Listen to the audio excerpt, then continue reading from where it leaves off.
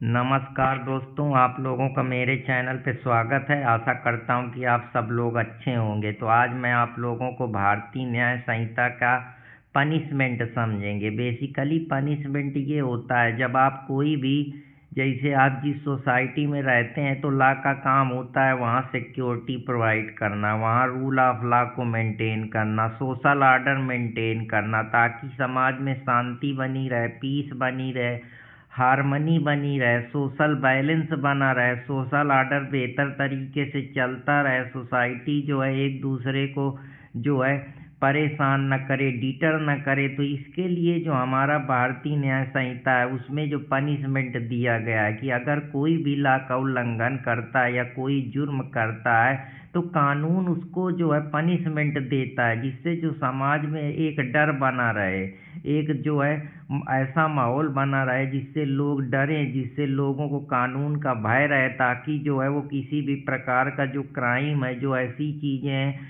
जो समाज की नज़र में अनइथिकल हैं या जो हमारे सोशल ऑर्डर, सोशल कस्टम या सोशल ट्रेडिशन को चैलेंज करती हैं, जो हमने रूल्स प्रैक्टिस बनाए हुए हैं उनके खिलाफ जाती हैं, तो उसी को ताकि जो सोसाइटी में एक शांति बनी रहे, उसी के लिए जो कानून है वो सब लोगों को चेतावनी देता है कि ऐसा मत करना। इसके लिए कानून में जो है ये सज़ा दी गई है। जो हमारा भारतीय न्याय संहिता है, जैसे तुम सरकार के खिलाफ कुछ षड्यंत्र करते हो, क्रिमिनल कॉन्स्पिरेसी करते हो, अबेटमेंट करते हो, किसी का मर्डर करते हो, इवन कोई सेक्सुअल क्राइम करते हो, कोई इकोनॉमिक क्राइम करते हो, फार्जरी करते हो, कुछ भी करते हो, तो जो चीज़ें बनी हैं या जो भी लॉ का एक आर्डर बना है, एक रूल्स बने हैं, उन रूल्स को तुम चुनौती देती हो। सिस्टम के बाहर जाकर जब तुम कोई काम करते हो जहाँ कानून तुमको कहता है कि ये काम नहीं करना है, तो उसी चीज़ को जो है कानून जब कोई उसका उल्लंघन करता है या उसके विपरीत जाके कोई काम करने का प्रयास करता है, तो उसी को जो है कानून की भाषा में पनिशमेंट दिया जाता है। कि अगर कहीं पे भी क्राइम हो गया तो अब जब इन्वेस्टिगेशन होगी, अब कोर्ट के ट्रायल के सामने जब एविडेंस उपस्थित होंगे कि वो आदमी ने ही क्राइम करा है, गिल्टी है या नहीं है, तो एक्यूज को गिल्टी माना जाएगा। तो फिर अगर एक्यूज दोषी होगा तो उसके लिए पनिशमेंट होगा कि तुमने ये काम करा है, ये क्राइम करा है, तो तुम इसके लिए लाइबल हो, तुमको ये सज़ा दी जाएगी। लेकिन अगर एक्यूज बच जाता है, बियॉन्ड रीजनेबल डाउट जो है वो प्रूफ होने के बाद कोई भी सबूत नहीं मिलते हैं या पूरी तरीके से वो निर्दोष होता है, तो फिर उसका कोई भी पनिशमेंट नहीं बनता है। तो यही सारी चीज़ें हैं। लेकिन अगर पनिशमेंट बनता है तो कानून के अंदर कौन कौन सी चीज़ें हैं जिनके लिए कानून पनिशमेंट देता है। तो जब बहुत सीरियस अपराध करते हो कि 2-3 को मार दिए, इसके बाद दफना दिए, इसके बाद जला दिए, तो ऐसे क्राइम कर दिया जो समाज में बहुत ही विध्वंसक हैं, बहुत ही हानिकारक हैं, जिससे बहुत सारे लोगों को जो है फ्राइटन, समस्या, डर पैदा हो, बहुत जघन्य है, नोटोरियस हैं, ऐसे क्राइम है जो बिल्कुल मानवता के खिलाफ है। तो उनके लिए जो मामला सीरियस है या नेचर जो ऑफेंस का है वो बहुत ही ज़्यादा, जो उसकी प्रकृति है वो एग्रावेटेड है। जैसे पीनल ऑफेंसेज हैं, पीनल जो कॉन्सिक्वेंसेज है वो बहुत हाई हैं। ऐसी चीज़ें हैं जो समाज में बिल्कुल पूरी तरीके से तोड़ के रख देती हैं, जैसे रेप का हो गया, माइनर के मामले हो गए, देश के खिलाफ षड्यंत्र करना हो गया। तो ये सब मामले हीनियस हैं। या किसी का मर्डर कर देना, मर्डर के बाद भी उसको चाकू से मार देना, जानबूझ के उसको इतना जघन्य क्राइम करना कि जो है वो उसकी आइडेंटिटी ही भुला जाए, या उसको पहले मारना, मर्डर करने के बाद जला के फेंक देना, तो ऐसे हीनियस क्राइम है। तो इनके लिए जो हमारा कानून है वो डेथ पेनाल्टी देता है। लेकिन कुछ मामले होते हैं जहाँ इंसान कोई क्राइम करता है उसका इम्पैक्ट है जो सीरियस होता है, जहाँ पे जो उसकी हम उसको लाइफ इम्प्रीजनमेंट देते हैं, वो भी जो है समाज में डर पैदा करते हैं, फ्राइटन करते हैं, सोशल ऑर्डर को चैलेंज करते हैं, रूल ऑफ लॉ को चैलेंज करते हैं, जो विक्टिम है उसको हैरस करते हैं, इंजरी काज करते हैं, तो उसके लिए जो है लाइफ इम्प्रीजनमेंट दिया जाता है। लेकिन अगर तुमने कोई छोटा मोटा अपराध कर दिया तो जनरली फाइन लगाया जाता है। जब कोई अफेंडर भाग जाता है या कानून उसको समन भेजता है, वारंट भेजता है, उसके बावजूद वो कोर्ट में नहीं प्रस्तुत होता है, तो जो हमारी कोर्ट है वो उसकी प्रॉपर्टी को फारफीट कर लेती है, जब्त कर लेती है, तो उसी को हम फारफीचर बोलते हैं। पनिशमेंट की थ्योरियाँ होती हैं जहाँ डर पैदा करा जाता है कि रिट्रीब्यूशन, प्रतिशोध की भावना से, कि अगर तुम करोगे तो तुम्हारे अंदर डर पैदा करेंगे, जिससे जो क्रिमिनल्स होता है वो क्राइम नहीं करता है। प्रिवेंटिव का मतलब जेल में डाल देना या इसी जगह उसकी थेरेपी करा देना या उसको समाज से आउट कर देना, जिससे जो है समाज में शांति बनी रहे, डर का माहौल ख़त्म हो जाए, जिससे पीस मेंटेन हो सके, सोशल ऑर्डर बेहतर रहे। रिस्टोरेशन मतलब अगर क्रिमिनल एक बार कोई क्राइम करा है तो ज़रूरी थोड़े वो किस सर्कमस्टेंसेज में करा है, क्या परिस्थिति थी, एक्चुअली ये सारी चीज़ें देखी जाती हैं। हम उसको दोबारा से जो है कि एक कोई भी जन्मजाति क्रिमिनल नहीं पैदा होता है, सोसाइटी उसको क्रिमिनल बनाती है। तो इस प्रिंसिपल के आधार पे हम रिट्रीब्यूशन करते हैं, उसका मेडिएशन कराते हैं, उसको एपोलॉजी करके छोड़ देते हैं, उसका पनिशमेंट जो है बिल्कुल उसकी थेरेपी कराते हैं, रिफॉर्मेशन कराते हैं, साइकेट्री के पास लिवा के जाते हैं, उसमें रिफॉर्मेशन बढ़ते हैं, वैल्यू इथिक्स डालते हैं, उसको सही तरीके से जो है समझाते हैं या उसके माइंड को है जो चेंज करते हैं, जिससे वो इस प्रकार के क्राइम ना करे। तो हम उसको रिफॉर्मेटिव या रिस्टोरेशन कहते हैं, कि दोबारा से हम उसको जो है ह्यूमन माइंड में लाते हैं, वेलफेयर अप्रोच में लाते हैं, उसकी वैल्यू बेस्ड जो उसकी थेरेपी है वो करते हैं। डिटरेंट का मतलब भय पैदा करना, कि अगर तुम कोई भी ऐसा क्राइम करोगे तो डर का माहौल बनाए रखना, कि वॉच डॉग करना, सीसीटीवी कैमरा लगाना, उसके लाइसेंस को जब्त कर देना, उसको समय समय पर सचेत करते रहना, जिसकी वजह से वो क्राइम करने से डरे, तो उसको हम डिटरेंस बोलते हैं। रिफॉर्मेटिव में जहाँ कोई भी वो हम किसी भी इंसान को क्रिमिनल वो हमेशा नहीं, अगर हम उसका रिफॉर्मेशन कर दें, उसमें चेंज कर दें, उसका जो थिंकिंग है उसको परिवर्तित कर दें, उसकी थेरेपी करा दें, उसको बेहतर तरीके से जो उसका साइकोलॉजिकल माइंड है उसको चेंज कर दें, जो उसकी साइकोलॉजिकल हेल्थ है उसके मेंटल माइंड को चेंज कर दें, उसकी थिंकिंग परसेप्शन को चेंज कर दें, या जो भी उसकी समस्या है उनको दूर कर दें, तो हम उसको फिर से जो है एक बेहतरीन रिस्पॉन्सिबल सिटीजन बना सकते हैं, रिफॉर्मेशन कर सकते हैं, उसको सुधार कर दें, उसके माइंड का जो सजा है उसको इंसान को सुधार दें, सोसाइटी फिर सेफ फील करेगी। तो यही जो कॉन्सेप्ट है ये बीएनएस के अंदर आता है। अब जो मॉडर्न बीएनएस की फिलॉसफी है वो, अगर कि तुम कोई क्राइम कमिट करते हो तो मेन सीरियस तुम्हारा इंटेंशन देखा जाएगा। अगर तुम ज़्यादा सीरियस ऑफेंस है, नेचर या ग्रेविटी ऑफेंस की ज़्यादा है, या जो अकरेंस है कि कितनी बार तुमने क्राइम करा है, जो अफेंडर है वो कितना हैबिचुअल है, कितनी बार से ये कर रहा है, फैमिली बैकग्राउंड क्या है उसका, उसका नेचर किस प्रकार का है, कौन सा अपराध है, किस सर्कमस्टेंसेज में करा है, पिछला उसका क्राइम रिकॉर्ड क्या है, तो उस आधार पे पनिशमेंट दिया जाएगा। अगर उसने लोअर पनिशमेंट करा है, छोटा मोटा कोई अपराध करा है, तो बेसिकली उसको फाइन दिया जाएगा। तो इसमें बच्चन सिंह का केस है 1980 का, कि अगर तुम कोई भी सीरियस अपराध करोगे, ऐसा अपराध जो रेयर है कि तुमने पहले मारा, फिर जलाया, फिर इसके बाद उसको आग लगा के फिर पूरी उसकी नमक डाल के गला दिया, तो इस प्रकार के जो एक्ट होते हैं वो हीनियस होते हैं। कोर्ट इसमें नेचर देखती है, सीरियसनेस देखती है। ये bail is the jail rule जो मामला हमारा, बेल इज जो हमने बनाया है कि बेल जो है वो रूल है, लेकिन जो जेल है वो एक्सेप्शन केसेस पे दी जाती। तो ऐसे मामलों को हम इस प्रकार से सर्कमस्टेंसेस से चेक करते हैं, nature, gravity, criminal record, habitual offender, जो पर्सनालिटी है क्रिमिनल्स की कितनी है, उसका सोशल स्टिग्मा कितना है समाज में, ये सारी चीज़ें हैं जो निर्धारित करती हैं, या वो किस प्रकार का क्रिमिनल रिकॉर्ड उसका क्या है, उसकी क्राइम ट्रैक हिस्ट्री क्या है, ये सारी चीज़ों पर, या उसने इस प्रकार प्रकार के अपराध को पहले भी अंजाम दिया है, उसका क्राइम प्रेसिडेंट भी देखा जाता है। तो ये बच्चन सिंह के केस में आया था।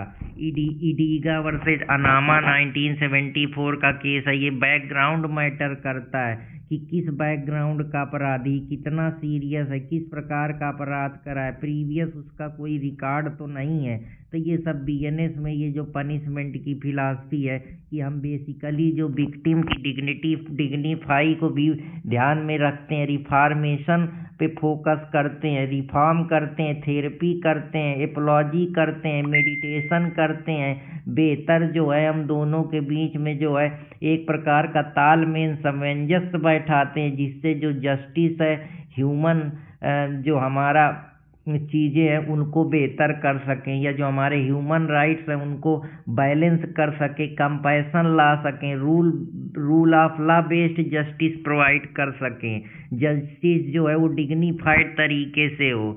उसमें एक हम कह सकते हैं कि ग्रास रूट लेवल का जस्टिस हो, पीस टाइप का जस्टिस हो। सबसे ज़्यादा बेहतर है कि वो जिसको जस्टिस दिया जा रहा उसको उसका जो है प्रॉपर तरीके से वैल्यू ओरिएंटेड जस्टिस हो, उसको जो टॉप डाउन अप्रोच है या हम कह सकते हैं पर्पज बेस्ड जस्टिस है, बैलेंस बेस्ड जस्टिस है, वो मिलना चाहिए।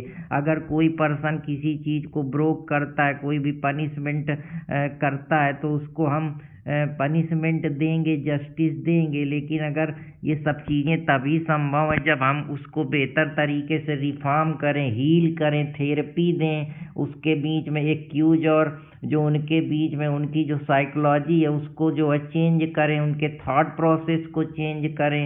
तब चीज़ें जो हैं कुछ हद तक हम इससे बाहर निकल सकते हैं। क्राइम जनरली जब होता है तो कोर्ट उसको गिल्टी इसी आधार पे देती है कि बेसिकली जो पनिशमेंट कि उसने अपराध क्या करा है, उसकी इंटेंशन क्या है, नेचर क्या है, सीरियसनेस क्राइम की कितनी है, ग्रेविटी कितनी ज़्यादा है, ज़्यादा इंटेंसिटी है या कम इंटेंसिटी है, उस आधार पे उसको सज़ा देंगे ताकि सोसाइटी में शांति ला सकें, जस्टिस दे सकें, सोसाइटी को सीप फेल करा सकें, पर्पज ओरिएंटेड जस्टिस दे सकें, जो एक पीस है वो मेंटेन हो सके, जो साइकोलॉजिकली ट्रामा विक्टिम को फेस हुआ है उससे हम उसको बचा सकें। डेथ पेनाल्टी हमेशा रेयर केसेस में सीरियस अपराध में दी जाती है। तो ये कुछ तरीके हैं। लाइफ इम्प्रीजनमेंट को ध्यान में रखा जाता है। पनिशमेंट हम तभी सीरियस देंगे जब मामला सीरियस होगा, ग्रेविटी जो होगी ज़्यादा हीनियस होगी, नेचर ऑफ क्राइम उसका जो सीरियस होगा, ट्रैक रिकॉर्ड, क्रिमिनल हिस्ट्री जो है वो पहले से, या जो ऑफेंडर है वो साथी है, हैबिचुअल ऑफेंडर है, ये सब चीज़ें हैं। तो ये रिट्रीब्यूटिव जस्टिस हम जैसा किया है वैसा भरेंगे। अगर तुमने करा है तो अल्लाह तुमको उसका वैसा ही पनिशमेंट देगा। फिलोसफर इमैनुअल कांट कहता है कि क्रिमिनल को सजा दो क्योंकि उसने मोरालिटी को चैलेंज किया है। डर से रोकथाम, ये सारी चीज़ें कि लोग क्राइम से डरें ताकि क्राइम रिपीट ना करें। डर से रोकथाम करने के लिए जो ये है रिट्रीब्यूटिव थ्योरी बनाई गई है, ताकि जो पब्लिक अवेयरनेस जो है बनी रहे, ताकि लोग जो जेल जैसे उनसे डरें नहीं, तो क्राइम को रोक दे जिससे क्राइम रुक जाए। तो ये सारी चीज़ें इसके अंतर्गत आती हैं। जैसे उसका लाइसेंस कैंसिल कर दें, जेल में भेज दें या रिस्ट्रिक्ट कर दें। तो ये तो है प्रिवेंटिव जस्टिस, प्रिवेंटिव थ्योरी पे बेस्ड है। सबसे जो इंसान को हम बदल सकते हैं, उसमें चेंज कर सकते हैं थेरेपी के जरिए, थिंकिंग के जरिए, एजुकेशन के जरिए, काउंसिल के जरिए। ये रिफॉर्मेशन बेस्ड थ्योरी पे बेस्ड है। रेस्टोरेटिव जस्टिस का मतलब है कि जो विक्टिम है या क्रिमिनल्स हैं वो भी सोसाइटी का पार्ट है। सबका हार्म को अगर हम दोबारा से रिपेयर कर दें, बेसिकली से विक्टिम को कंपनसेशन दे दें या उसको जो है थेरेपी के जरिए चेंज कर दें, तो हम उसको दोबारा से जो जस्टिस को हम रिस्टोर कर सकते हैं। या हम जो एक प्रकार से बनाते हैं चीज़ें कि हम आपस में दोनों का सुलह समझौता करा दे, वो भी इसी प्रिंसिपल पे बेस्ड होते हैं। तो हम हार्म को रिपेयर कर सकते हैं, उसको जैसे विक्टिम कंपनसेशन स्कीम वगैरह दे देते हैं। तो ये सब चीज़ें हैं। कांट की जो फिलॉसफी वो कहती है पनिशमेंट का या ड्यूटी है, मोरल ड्यूटी की। अगर कोई इंसान कोई भी क्राइम कर रहा है तो ये मतलब सिर्फ मीन्स तक सीमित नहीं है, इंसान के खुद के इंड को ख़त्म करने के लिए। ये साध्य नहीं है, ये एक प्रकार का मीन्स नहीं है, ये इंड है। उसकी अंतिम जो सच्चाई है कि पनिशमेंट इसी वजह से, ताकि जो मोरल ड्यूटी है वो उसको जो है चैलेंज ना करे, क्रिमिनल उससे बचे, इससे इंसान डरे। तो इस वजह से कांट की जो ये थ्योरी है उस पे लगती है। जस्टिस हम हमेशा प्रोपोर्शनलिटी बेस पे देंगे, सज़ा क्राइम के बराबर मिलेगी। अगर छोटी मोटी चीज़ होगी तो हम उसके लिए डेथ नहीं दे देंगे, बेसिकली हम उसी प्रोपोर्शन में देंगे जिस प्रोपोर्शन में वो अपराध घटित हुआ है। अगर अपराध सीरियस है तो फिर उसी हिसाब से सज़ा मिलेगी। कम है तो ये नहीं कि हम कम है तो ज़्यादा सज़ा दे दें। अगर चोरी करा तो हम डेथ नहीं दे सकते हैं, चोरी के लिए हम उसको छोटा मोटा सज़ा देंगे। क्रिमिनल को हमेशा सज़ा मेंस रिया के आधार पे ही मिलेगी। अगर उसकी इंटेंशन है तो फिर पनिशमेंट ज़्यादा होगा, अगर नेग्लिजेंस है तो उसके लिए पनिशमेंट अलग होगा। तो पनिशमेंट कम हो सकती है अगर वो यंग है या उसका पुअर बैकग्राउंड है या ज़्यादा क्रिमिनल रिकॉर्ड नहीं है, पहली बार फर्स्ट टाइम ऑफेंडर है या एक्सीडेंटली हैपन हो गया। तो ये सारी चीज़ें ध्यान रखते हैं। बच्चन सिंह के केस में, Bachchan Singh versus state of Punjab के केस में डेथ पेनाल्टी हमेशा रेयर ऑफ रेयरेस्ट केस में दी जाती है। इडीगा एनामा 1974 का केस है कि मिटिगेटिंग फैक्टर देखे जाएंगे कि अगर अपराध को कम किया जा सकता है, जैसे उसका बैकग्राउंड क्या है, उसकी एज क्या है, अभी फर्स्ट टाइम ऑफेंडर तो नहीं है, बच्चा तो नहीं है, रिमोर्स का कोई अपराधी तो नहीं है जो अपने उसको करे पे सज़ा महसूस हो रही हो या उसको घड़ा हो रही कि उसने ये क्या कर दिया। तो बीएनएस का पनिशमेंट के पीछे यही उद्देश्य है कि रूल ऑफ लॉ को मेंटेन रख सके, पनिशमेंट कानून की नज़र में दे, ड्यू प्रोसेस पे दे, डिटरेंस पैदा कर सके, डर पैदा कर सके, ह्यूमन की डिग्निटी को जस्टिफाई कर सके, रिफॉर्मेशन ला सके क्रिमिनल जस्टिस सिस्टम में, रूल ऑफ लॉ में, सोशल ऑर्डर को मेंटेन कर सके, विक्टिम का फोकस कर सके, विक्टिम के इंटेंशन माइंड को समझ पाए, उसको कंपनसेशन दे सके, उसको इंजरी लॉस हुआ है उससे कंपनसेट कर सके, देश की security, social order, national security को बेहतर कर सके। अगर पनिशमेंट नहीं होगा तो फियर नहीं होगा, ऑर्डर कोलैप्स हो जाएगा, पावरफुल लोग ऐसे ही छूट जाएंगे, जैसे सिंगर जैसे लोगों को आसानी से छोड़ दिया जाता है। अब आजकल के कानून का भी कोई भरोसा नहीं है, क्या किया जा सकता है। ज़्यादा बोलोगे तो जुडिशरी है जो एग्जीक्यूटिव वो सब एक है गुर में अब हो गए हैं। समस्या इसी बात की है। तुम पहले था कि यहाँ जुडिशरी एग्जीक्यूटिव लेजिस्लेचर अलग अलग है, जो हम सेपरेशन ऑफ पावर की बात पढ़ते थे मॉन्टेस्क्यू में, लेकिन अब जो समस्याएं हैं वो गंभीर हो रही हैं। सब एक थाली के चट्टे बट्टे हैं। तो ये सब चीज़ें जो हैं कहीं ना कहीं देखने को मिलती हैं। जिस प्रकार का आजकल रुख अपनाया हो, तुम ज़्यादा आवाज़ खोलोगे तो तुमको केस लग जाएगा, वारंट आ जाएगा, समन भेज दिया जाएगा ताकि तुम पावर में दबे रहो। जैसे माइकल फोकाल्ट कहता है कि तुम सब लोग पैनाप्टिकम स्टेट में जी रहे हो। तो फिर कोई नए टॉपिक के साथ प्रस्तुत होगा, तब तक हंसते रहें, मुस्कुराते रहें और अपने दोस्त अर्पित कुमार इलाहाबादिया के साथ जुड़े रहें। जय हिंद दोस्तों, जय भारत। तो मुलाकात होगी फिर कोई नए टॉपिक के साथ, तब तक मस्त रहें, हंसते रहें, मुस्कुराते रहें। अपने दोस्त अर्पित कुमार इलाहाबादिया को इजाज़त दें। जय हिंद दोस्तों, जय भारत।